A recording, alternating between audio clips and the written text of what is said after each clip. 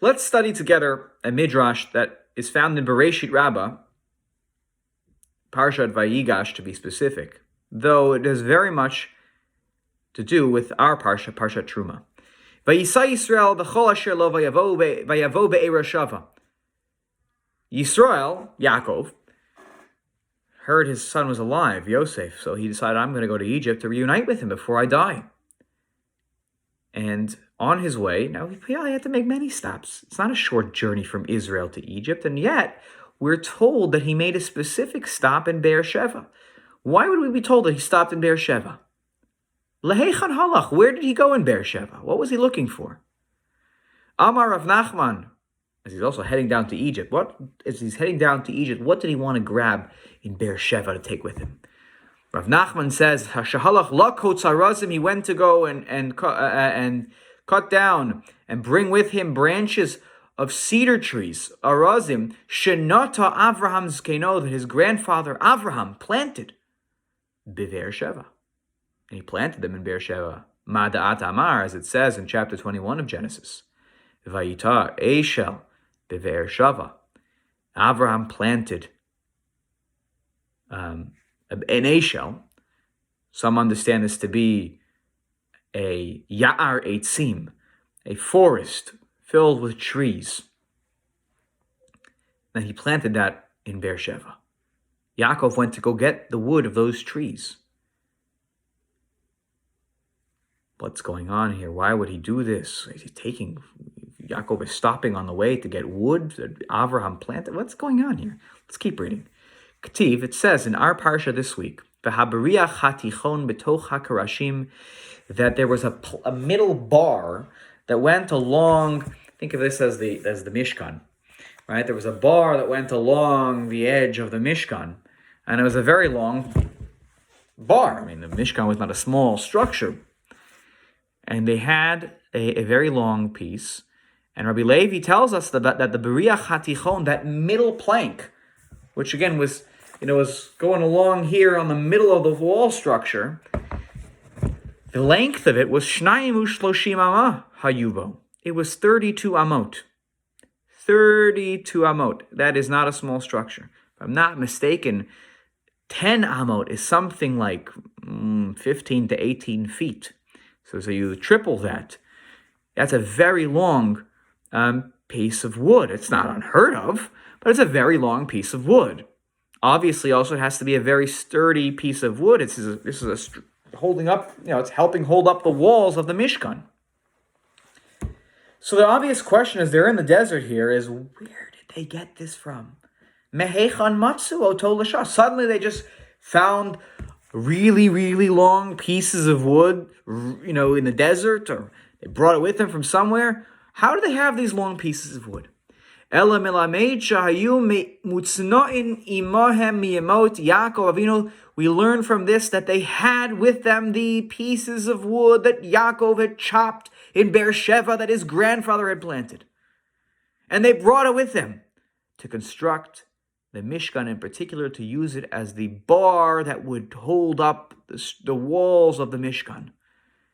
As it says in a few weeks, we'll read when we're recounting the collecting of the materials for the Mishkan, Hadahu dichtiv v'chol asher nimtza ito atzei shitim, that they found people found with him, with themselves, or atzei shitim, they found these pieces of acacia wood.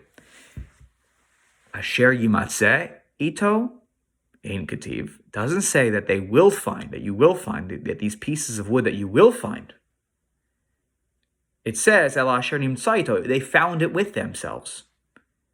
What does that mean? It means that they always had this wood all along.